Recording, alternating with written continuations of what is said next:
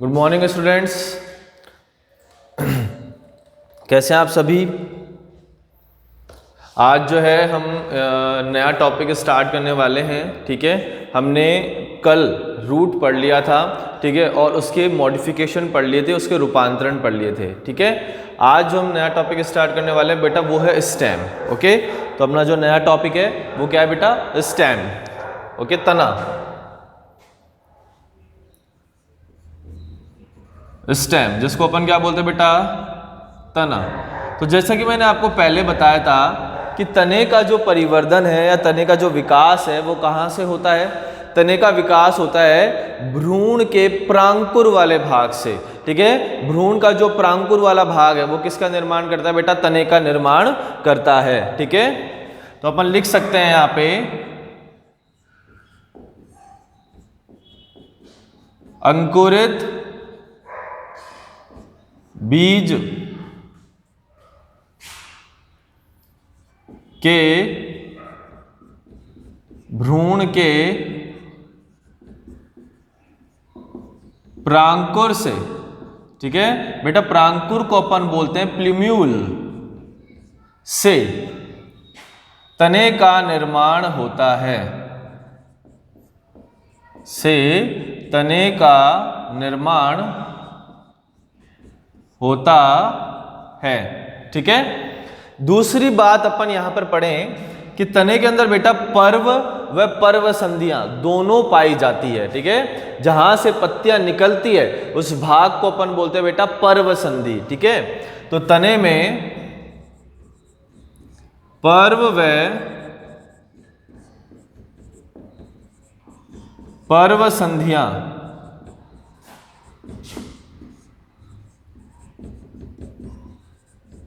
दोनों उपस्थित होती है। ठीक है, पर्व को तो बेटा बोलते हैं इंटरनोड,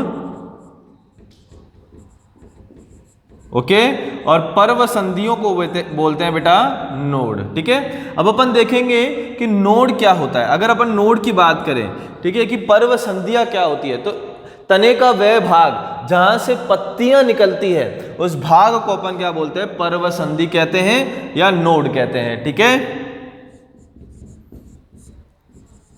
तने का वह भाग जहां से पत्तियां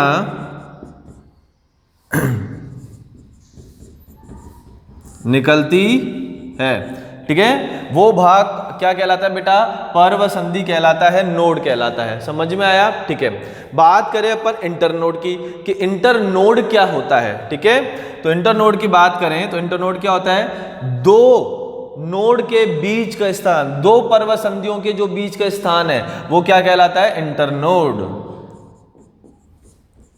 दो पर्व संधियों के बीच का स्थान वो क्या कहलाता है बेटा, इंटरनोड कहलाता है। ओके, तो अंकुरित बीज के भ्रूण के प्रांकुर से तने का निर्माण होता है, पर्व व पर्व संधियां दोनों तने में उपस्थित होती है। ठीक है, इंटरनोड का मतलब क्या होगा, जहां दो पर्व संधियों के बीच का स्थान, और पर्व संधि क्या होगी, जहां से पत्तियां निकलती है उस भाग को अपन क्या बोलते हैं, पर्व संधि कहते हैं। ठीक है, फिर आगे बढ़ते हैं बेटा, अपन बात करते हैं ग्रोथ की। ठीक है, तो तने की जो ग्रोथ होती है वो प्रकाश की दिशा में होती है या प्रकाश की विपरीत दिशा में होती है। तने की जो ग्रोथ है वो प्रकाश की दिशा में होगी या प्रकाश की विपरीत दिशा में होगी। कहां पर होगी, प्रकाश की दिशा में। ठीक है, जहां प्रकाश होगा उसी दिशा में कौन वृद्धि करेगा, तना वृद्धि करेगा। इसलिए अपन बोल सकते हैं कि तने की जो वृद्धि होती है वो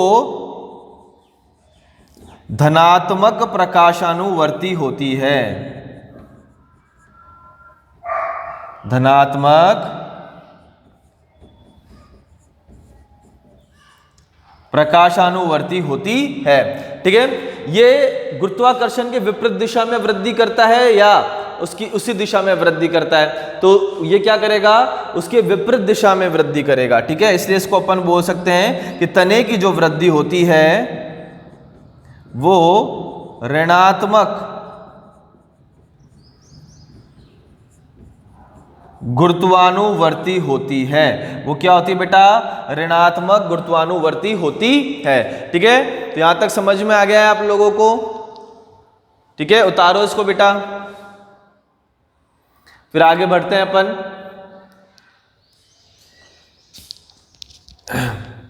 अब देखो अपन यहां पर नॉर्मल एक तने के स्ट्रक्चर देखते हैं कि क्या होता है। ठीक है, तो हम एक डायग्राम बना ले रहे हैं। तो ये हमने एक डायग्राम बनाया है।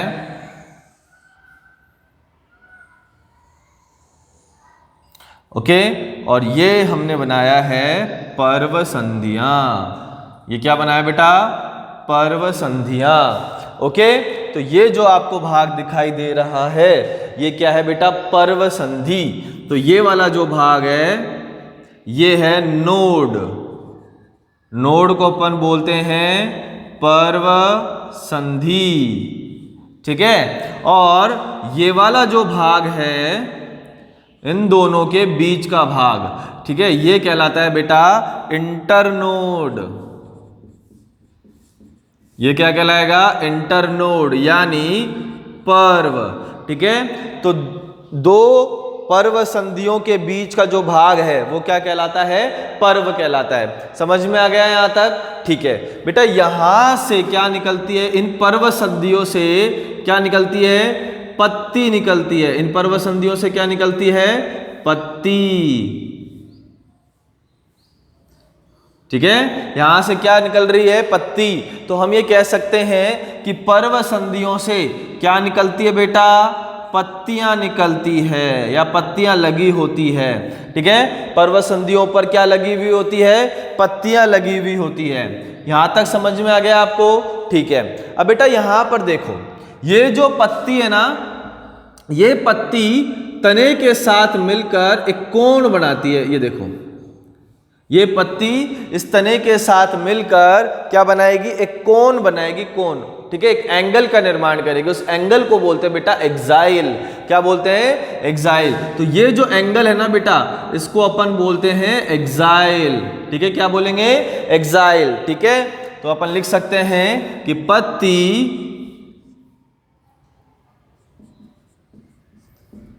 तने के साथ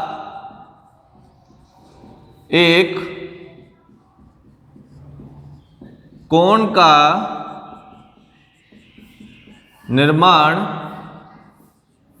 करती है जिसे एक्साइल कहते हैं। जिसको क्या बोलेंगे बेटा?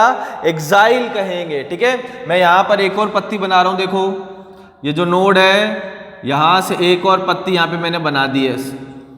ठीक है, और ये भी एक कोण बनाएगा। और इसी एक्साइल से क्या बनता है? एक कलिका बनती है। इसी एक्साइल से क्या होगा बेटा? एक कलिका का निर्माण होगा। तो इस कलिका को अपन बोलते हैं एक्सिलरी बर्ड यानी कक्षीय कलिका। ठीक है, यदि इस एक्साइल से, यदि मत लिखो, इस एक्साइल से एक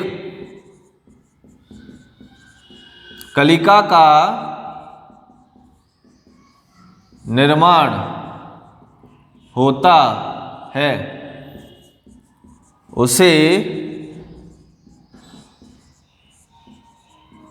कक्षीय कलिका यानी एक्सिलरी बर्ड कहते हैं। उसे क्या बोलेंगे बेटा?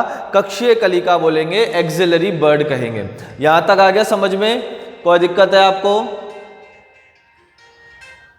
ओके, तो पत्ती जो है तने के साथ मिलकर क्या बना रही है बेटा? एक कोण बना रही है, और उस कोण को अपन बोलते हैं एक्साइल। और इसी एक्साइल से बेटा क्या निकलती है? कलिका निकलती है। उस कलिका को अपन बोलते हैं कक्षीय कलिका। ठीक है, तो ये जो कलिका है बेटा, इसको अपन बोलते हैं कक्षीय कलिका।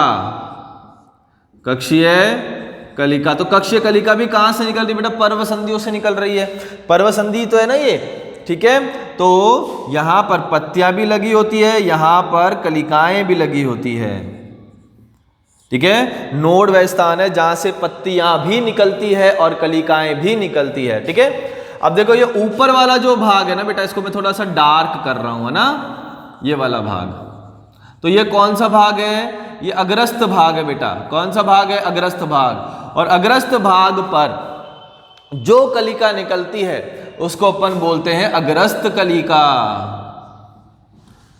इसको अपन क्या बोलेंगे? अग्रस्त कलिका, यानी टर्मिनल बड, ठीक है। यहां तक समझ में आ गया है आप लोगों को? कोई दिक्कत है? तो टर्मिनल बड कहां पर उपस्थित होती है? तने के टिप वाले भाग पर, तने के शीर्ष भाग पर, ठीक है। तो अग्रस्त कलिका कहां बनती है? तने के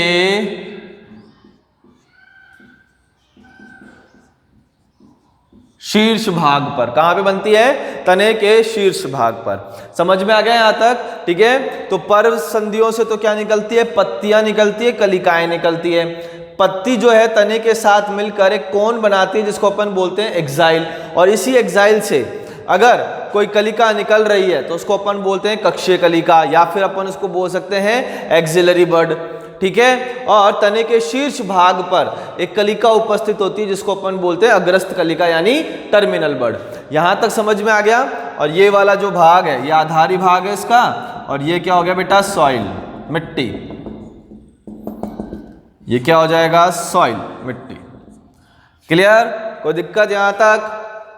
ठीक है। अब हम पढ़ते हैं बेटा तने के कार्य। क्या पढ़ने वाले हैं? तनों के कार्य, कि क्या होते हैं तनों के कार्य।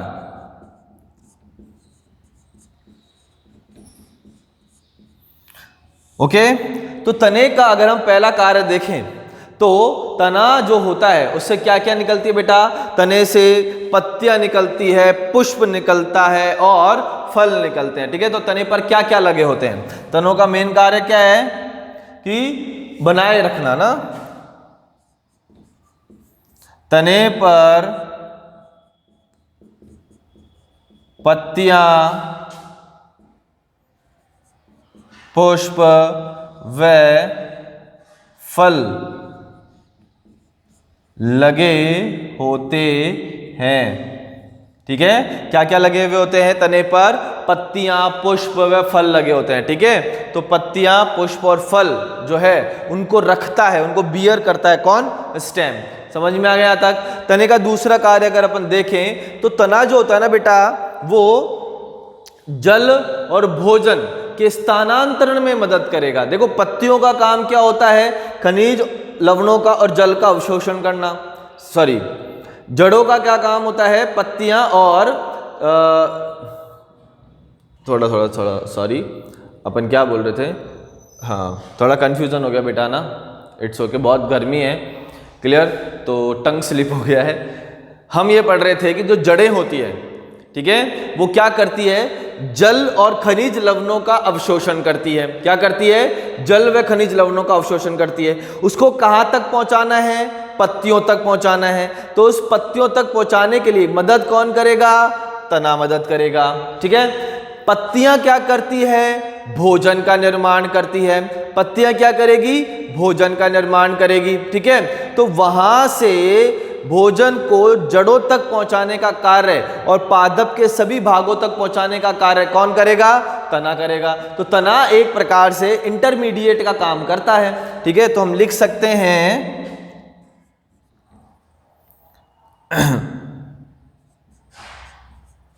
तना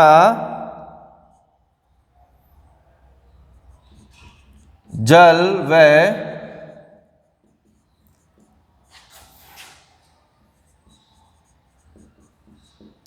खनिज लवणों के स्थानांतरण में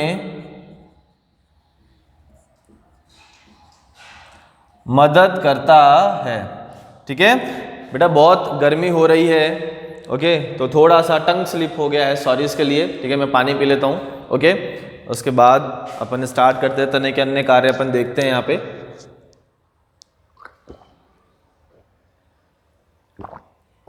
ओके बेटा, डन।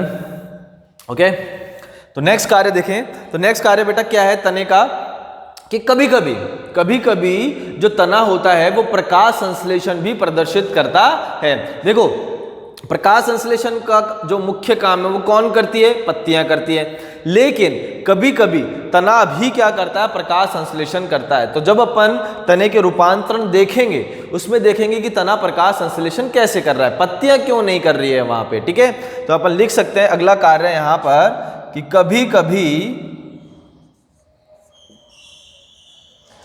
कभी तने द्वारा भी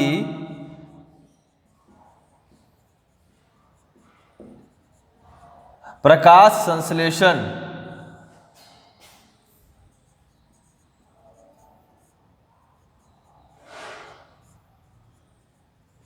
किया जाता है। कभी कभी तने द्वारा भी क्या किया जाता है बेटा, प्रकाश संश्लेषण किया जाता है। क्लियर। अगला कार्य क्या होगा बेटा तने का, कि तना जो है सहारा प्रदान करता है, वृक्ष को क्या करेगा, सहारा प्रदान करेगा। ठीक है, तो अपन लिख सकते हैं प्रोवाइड सपोर्ट,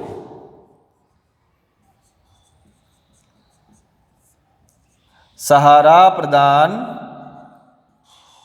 करता है। ठीक है, और तना जो होता है ना बेटा वो कायिक प्रजनन में भी मदद करता है। कायिक प्रजनन का मतलब क्या हो गया, कि ऐसा प्रजनन जिसमें लैंगिक अंगों को काम में नहीं लिया जाता है, उसमें जड़, तना व पत्तियों को काम में लिया जाता है। जैसे कि एक एग्जाम्पल के थ्रू हम आपको बताते हैं कि आपने गुलाब का प्लांट देखा होगा। जब आप गुलाब का प्लांट उगाते हैं तो आप उसमें बीज ग्रो करवाते हैं, नहीं ना, आप गुलाब की टहनी को काटते हैं और जमीन में रोपण कर देते हैं और एक नया गुलाब वहां पर डेवलप हो जाता है। ठीक है, तो तना जो होता है वो कायिक प्रजनन में भी भाग लेता है। तो अपन लिख सकते हैं यह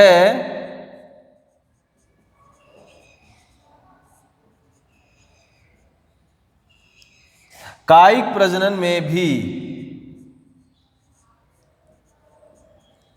काम में लिया जाता है।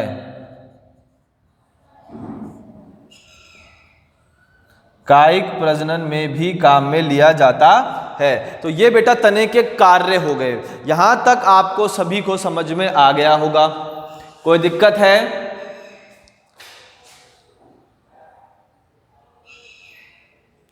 डन। ठीक है, कि तने पर पत्तियां व पुष्प लगे होते हैं। तना जल व खनिज लवणों के स्थानांतरण में मदद करता है। कभी कभी तने द्वारा भी प्रकाश संश्लेषण कर लिया जाता है, सहारा प्रदान करता है और कायिक प्रजनन में भी काम आता है। क्लियर बच्चों, यहां तक कोई दिक्कत है? ठीक है, उतार लो इसको फटाफट से, फिर अगला टॉपिक अपन पढ़ते हैं।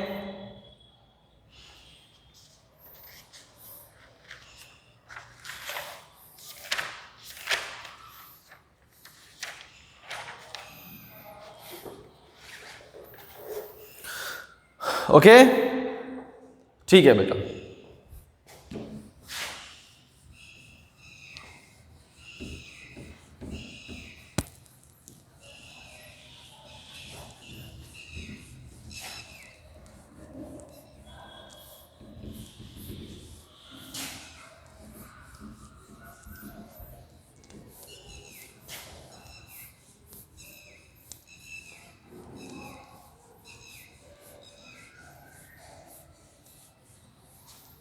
ओके, अब अपन पढ़ने वाले हैं तनों के रूपांतरण। अपन पढ़ने वाले हैं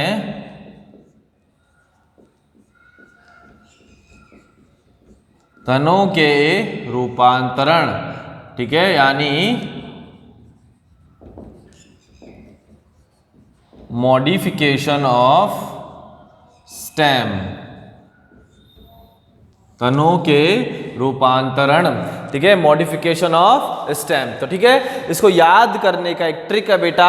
ठीक है, वो अपन ट्रिक देखते हैं क्या होता है वो ट्रिक। ठीक है, इसको याद करने का, रिमेंबर टू ट्रिक। ठीक है, ट्रिक क्या है इसको याद करने का? USA, United state of America, ठीक है, यूएसए में खेला टेबल टेनिस, ठीक है। इसका जो याद करने का तरीका है वो क्या है, यूएसए में खेला टेबल टेनिस, ठीक है। अब देखो किस तरीके से इसको अपन डीकोड करते हैं, ओके। तो कितने प्रकार का मॉडिफिकेशन होता है वो अपन देखते हैं, ठीक है। तो अपन बेटा यहां लेते हैं यूएसए का यू, यूएसए का क्या लेंगे, यू। यू का मतलब होता है बेटा अंडरग्राउंड स्टेम, ठीक है। इसका मतलब क्या होता है, अंडरग्राउंड स्टेम, ठीक है, जिसको हम क्या बोलते हैं बेटा, भूमिगत तना, भूमिगत तना, ठीक है। उसके बाद अपन बात करते हैं इस एस की। एस का मतलब होता है बेटा सब एरियल स्टेम, सब एरियल स्टेम, जिसको अपन बोलते हैं अर्धवायवीय तना, जिसको अपन क्या बोलेंगे, अर्धवायवीय तना। फिर अपन काम में लेते हैं बेटा ए को, तो ये ए को बोलते हैं बेटा एरियल स्टेम, ठीक है, यानी वायवीय तना, ठीक है। फिर आता है T, T stand for tendril, और टेंड्रिल्स को बोलते हैं बेटा प्रतान, ठीक है। और another T stand for Thrones, ठीक है, जिसको अपन बोलते हैं कांटे, शूक बोलते हैं बेटा, क्या बोलते हैं, थ्रॉन्स को शूक कहते हैं, कांटे कहते हैं, ठीक है। इसको अपन क्या बोलते हैं, थ्रॉन्स, थ्रॉन्स को अपन बोलते हैं कांटे, ठीक है। कास्टीय संरचना होती है ना ये थ्रॉन्स, ये ध्यान रखो ना। थ्रॉन्स को क्या बोलते हैं बेटा, कांटे बोलते हैं ना, ओके। तो यहां पर याद करने का एक ट्रिक मैंने आपको बता दिया है, यूएसए में खेला टेबल टेनिस, ठीक है। अंडरग्राउंड स्टेम यानी भूमिगत तना, सब एरियल स्टेम यानी अर्धवायवीय तना, एरियल स्टेम यानी वायवीय तना, टेंडल यानी प्रतान, और थ्रॉन्स का मतलब होता है बेटा कांटे। यहाँ पे जो कांटे होते हैं ना वो पैने नहीं होते, थोड़े भोटे होते हैं, ठीक है, ओके। तो ऐसे ध्यान रखना आप लोग, ओके। अब अंडरग्राउंड स्टेम के भी भाग अपन देख लेते हैं। तो अंडरग्राउंड स्टेम के जो भाग है बेटा वो है सबसे पहला ट्यूबर, ट्यूबर को बोलते हैं कंद, ठीक है। इसके अंदर भी अपन भाग पढ़ेंगे, तो इसके अंदर सबसे पहले लेंगे ट्यूबर, ट्यूबर को बोलेंगे कंद, ठीक है। फिर हम पढ़ेंगे क्या, राइजोम, राइजोम को बोलते हैं प्रकंद, राइजोम को क्या बोलते हैं, प्रकंद, ठीक है। उसके बाद अपन बात करते हैं कॉर्म की, इसको अपन बोलते हैं बेटा घनकंद,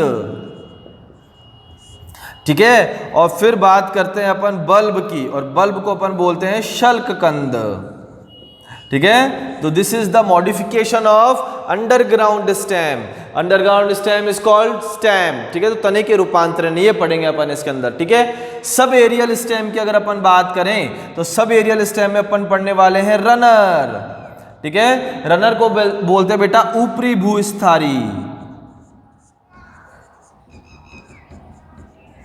रनर को हम क्या बोलते हैं, ऊपरी भूस्थारी बोलते हैं, ठीक है। क्या बोलेंगे, ऊपरी भूस्थारी। उसके बाद बात करते हैं बेटा रनर के बाद अपन बात करेंगे ऑफसेट,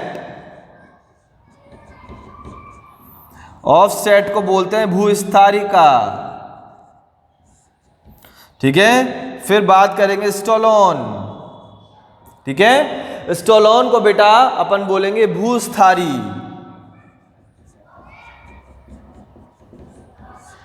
और फिर अपन पढ़ेंगे इसमें सकर, और सकर को बोलते हैं अंतःभूस्थारी, ओके। तो ये इसके टाइप है, इसको हमको डिटेल में पढ़ना है। अंडरग्राउंड स्टेम को तो अपन क्या बोलते हैं, भूमिगत तना, जिसके अंदर क्या क्या मॉडिफिकेशन पढ़ने हैं, कंद, प्रकंद, घनकंद और शल्ककंद। और सब एरियल स्टेम को बोलते हैं अर्धवायवीय तना। और इसके क्या क्या मॉडिफिकेशन है? रनर यानी ऊपरी भूस्थारी, भूस्थारिका, भूस्थारी और अंतः भूस्थारी। ठीक है, एरियल स्टेम, टेंड्रिल और थ्रॉन्स। ओके, ये चीजें हम डिटेल में पढ़ने वाले हैं। ओके बेटा, ठीक है। तो आज बेटा यहीं तक अपन स्टॉप करते हैं। आज थोड़ी गर्मी भी है, ठीक है, और थोड़ी मेरी तबीयत सही नहीं है, तो आज अपन यहीं पर स्टॉप करते हैं। ओके, कल हम इस स्टेम को कंप्लीट कर लेंगे। ठीक है, कल के जो टॉपिक होगा उसके अंदर अपन स्टेम को कंप्लीट कर लेंगे सारा। ओके, और परसों से अपन स्टार्ट कर देंगे लीव। ओके बेटा, thank you so much, bye.